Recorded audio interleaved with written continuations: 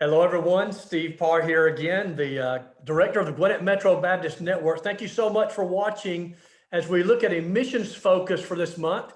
And what we're going to focus on for this month is talking about foster care and how that is a missions opportunity for the families in your church.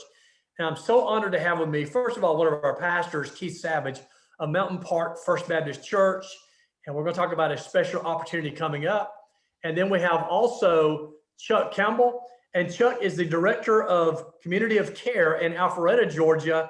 And part of what Chuck's ministry does is foster care. But Chuck, welcome you. How you doing, brother? Great, thank you. Appreciate it. Well, Chuck, talk about your ministry there, and foster care is a piece of that. But talk about what else is involved with the ministry that you manage there in Alpharetta.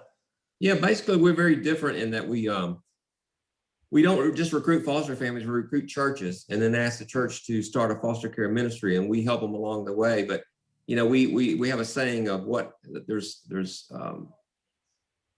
something for everyone, and what is your something. So you can get involved in all different ways of not just fostering and respite care, but also for volunteering for those foster families. I love that idea. And if you're watching this right now, if you're a pastor, you know, you may have someone in your church who has a passion for foster care and or adoption, which kind of feeds together to some degree. And so you might want to pass this video on to them and let them watch. But pastors, we want you to be involved. So Chuck, what would you say to a pastor about how foster care can serve as a missions component of what is done in a local church? Well, basically, I mean, we've really said that foster families are local missionaries. And that we want to serve them financially with material goods as well. But, you know, like I said, everybody can do something, and you can support those families. And the ministry opportunity is amazing for me. My wife and I fostered through Faith Bridge, and, you're going to have this children 24/7. So you're giving them an example of what a Christian family looks like. You know, you're praying with them, you're reading the Bible at night when we put them to bed, we'd read the Bible. It's bringing them to church to minister to them. And the stories that we have from our church partners of, children going to camp or children's church and getting saved and baptized, and then the possibility of the birth parent coming along and coming to that baptism and then being a part of the church as well. So the ministry is just wide open and limitless, really. Well, let me talk about this in case somebody's less acquainted. Chuck, briefly talk about foster care, adoption, how they're the same, how they're different. Yeah, like we focus on foster care, and our number one goal is reunification. Okay, but there are cases where the parents can't get back on their feet, the birth parents. And so, but we try to work with them. We encourage the foster families to work with them, volunteers to work with them. But, if they can't get back on their feet, there is a termination of parental rights. And so then the children come up for adoption. So we will help a family through the adoption process, through DFACS, but, we're not an adoption agency. But we can't help them through the process. And we have families that say, I was just in this for fostering, but then we have another family that might be say, you know what, I am ready to foster to adopt if that comes about. Do you have any data about foster needs here in Georgia, foster care needs in Georgia? Yeah, it's pretty neat, Steve. We just came up with this. You can see it on our website, or it's an app that you can use on your phone, but it says see the need. And so you can go there, and anybody can go in there, a church, pastor, you can go in your zip code, put your zip code, and it tells you how many children are in care in that county. So. Right. So let's say I'm a pastor and I see this as an opportunity to touch lives and really to build into boys and girls and children the gospel for long-term impact, where we know they may or may not come to know Christ there in that situation, but we're planting those seeds. So if you were speaking to a pastor right now about how a pastor might engage with this as a missions opportunity, what would you say to that pastor? As far as, I don't know if I get the question though. That's okay. You're speaking to a pastor, and the pastor says, hey, we've got to, as a church and maybe as a ministry, training some of our families and encouraging them in the area of foster care. How would you direct them steps to take to move towards that? Okay. Yeah. So the first step is that, when we partner with the church, we'll ask them to do a big awareness within the pulpit. And then ask everybody to come. We call it Faith Bridge Encounter. Some people call it an orientation, but that's the first step. It's required by the state. but you just come and you hear about what is foster care, what is respite care, what can the volunteers do? And that's their next step. And they fill out a form and check a box of what they want to do. And then we provide all the training for the foster families and respite families and volunteers. And then it's just kind of an ongoing thing throughout the year. Of course, May is National Foster Care Awareness Month, and then November is Stand Sunday. So a lot of the churches will kind of focus around those areas, those months to do awarenesses. But we'll provide all the training for them for a family to get approved, and for the volunteers on kind of their roles and responsibilities. Well, talk about that for a second. You mentioned the volunteers. How is that related to the foster care, or is it? Oh, it definitely is. I mean, that's why we partner with churches and we've formed this community of care. We call it the community of care model.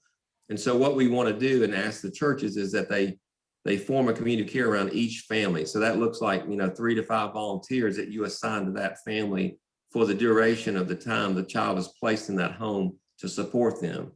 Child care and, take transportation of sports activities and school activities, stuff like that. If they need to go cut their yard, go cut the yard. If they need to help them with laundry. So that's where the volunteers come into play and help the family support them. Chuck, that's outstanding. And here's a way that a family may not be able to invest themselves totally in the foster care of a child, but can volunteer some time during the course of a week in many different ways to give relief to that foster care family, it sounds like. Yeah, gift cards financially, if you want to give gift cards. And it's just, and really when you get that initial placement, a lot of volunteers get involved because that can happen late at night. And so I've been on those runs where you're going to Kmart, Walmart, because those children come with nothing. So they're going out to Walmart to get the diapers and pajamas and just, and then start a meal train to kind of help them out for the first month, just to get used to the children being in their home, getting comfortable with them. And then it's more focused on 2 to 3 volunteers that, focus on the children and the family. I'm sure it varies county to county, but do you have a gauge on what the level of need is for foster care parents or families? Oh my goodness. I mean, well, there's over 400,000 in the US, and then there's over 12,000 in the state of Georgia. And then when you do this, the county statistics, it's pretty much, I can't give you exact numbers, but each county, you can see, we show them the math. You can easily do the math. The number of children in care versus licensed foster family is outrageous. I mean, we need more foster families for these children that are in care. I was talking to one of my peers in, denominational ministry, and he was pointing out how, honestly, if all of our churches would do this, it almost like matches up to one family per church. It's amazing how big of an impact we in our circles and our circles in Southern Baptist life could have an impact on this issue. And it is a great need, and again, a great way to plant the seeds of the gospel. Keith, I know this is an interest of yours, and you've been working with, I believe, the Georgia Baptist Children's Home on some possibilities. So Keith, talk about that for a moment, what that's looking like and how that might be a possibility or an inroad for our churches here, particularly in the Gwinnett Metro Baptist Network. Absolutely. I began working with Georgia Baptist Children's Home. Gosh, our church has had a relationship with them for decades here at Fountain Park, and recently went down and visited with them, and they've added the foster care administration piece to it in the past couple of years. And of course, COVID hits, and you can't do a whole lot as far as reaching out to churches and being in many churches during this time. So, and then and upon further investigation with them, talking through them, they have an agreement with the state of Georgia that they can only work with churches or foster families within a certain radius of where they have an office. So, well, they're in Palmetto, Georgia. If you've ever been to Palmetto, Georgia, there's not a lot around Palmetto, Georgia. So it kind of takes them out of the area of one of the greatest needs, which is, of course, Gwinnett County here, DeKalb County on our side of Atlanta. So we began to ask them, okay, what is it that we can do to begin to help get you guys our way? And one of the things that we came up with is we want to provide them office space here at our church so that they can be here in our area to connect with churches, to connect with foster families. And one of the things that we're hoping that we can do out of here is be able to utilize them here in our church to help us to do foster care training and for foster families here in our own community, to because I think they have to have so many hours every year to keep up their ability to be foster parents. So we want to be able to pour in our community with that and make connections with these families, be a part of the restoration and reunification of families. also be able to provide some things here in our church, like clothes closets and respite care. And I love some of these things that you were talking about, Chuck, with some of the things that you guys are doing in churches and with volunteer groups. Be able to bring some of that stuff here to our church, because I think it would really bolster our own congregation and our effectiveness in our community. Great. And I believe also, Keith, you're going to offer to our pastors just kind of a get together, gathering time to learn more about the Georgia Baptist Children's Home and the possibility to bring this office, because they're trying to gauge interest, and we need a good showing together to show that this would be great for the Gwinnett metro area. So talk about Absolutely. that gathering for a moment. Yeah, it wasn't just about our church with bringing them here. We wanted to be able to affect all of our churches in our area, again, here where the greatest need is. So one thing that we wanted to do was have a gathering for pastors, for the foster care administrator, Tom Covington, to have an opportunity to share what it is that they do and how it is that our churches can be involved. So on May the 5th, Cinco de Mayo, we're going to have a lunch and learn here at Mountain Park First Baptist Church with tacos and all the fixings provided for pastors if they want to come out and learn more about it, and even be able to schedule kind of their own personal time to dig into it a little bit deeper with Tom, because we want this not to be about all the churches in Gwinnett Metro, so that we can impact the kingdom here in Gwinnett County and really begin at working, changing lives in this area. I will say to our pastors, listen, have someone there. Maybe I'd love to invite you there, Pastor. If you can't send someone, because again, they're gauging, when I say the Georgia Baptist Children's Home is gauging interest and considering whether or not to place that office here in our county. If 3 people show up, if I'm them, that say, this is not the need, but if we have maybe a couple dozen show up, that's churches represented, that could be huge. So please either attend or send someone if you're listening to this video today. So Keith, how would they register? I know it's free, but you need to know how many is going to be there. Absolutely. The meals, what they need to do. Yeah, if they can call and let us know here at the church, 770-921-1452. And just let us know that you are going to come and be a part, so that we can order some food for you. Or you can even email my secretary, P. Kreider, at mpfbc.net, and she can get you all hooked up, and that way we can have some tacos for you when you get here. That'd be great. Hey, come and enjoy the meal, but you'll learn a lot and you'll enjoy the fellowship, and it's going to be great. Keith, thank you for doing that so much. Now I want to point out Chuck and Keith are no way in competition here. I brought them both in because they can help to provide value to you and your church and your ministry. So Chuck, just for a moment, let's suppose a church says, hey, I'm interested. I want to know more about how you or your organization may provide training, information, resources for our congregation in regard to foster care and volunteering.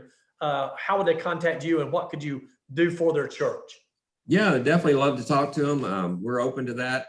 My email is ccampbell@faithbridgefostercare.org, and just reach out to me. You can also look at our website. You can get the information there as well, and it shows all the resources for our churches and what we can do for the church. You bet. And Keith, do you have your email in case somebody just needs to check with you on something? What's your email, Keith? Absolutely. It's ksavage@mpfbc.net. Okay, so Keith and Chuck both, and myself, we're talking about how you could leverage foster care as a missions component. Now, we know missions is broader than that.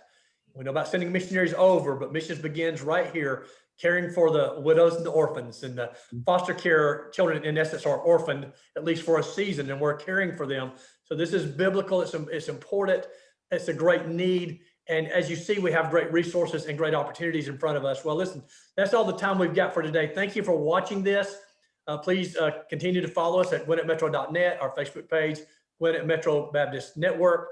God is doing great things. I love you, pastors. Thank you for taking time. Chuck, thank you, my brother. Thank you. And Keith, always, thank you, my friend. Thank you. Thank you, Steve, for hosting us. Nice to meet you, Chuck, on this as well. Yeah. God bless, guys. Have a great day. See you. Well, bye-bye.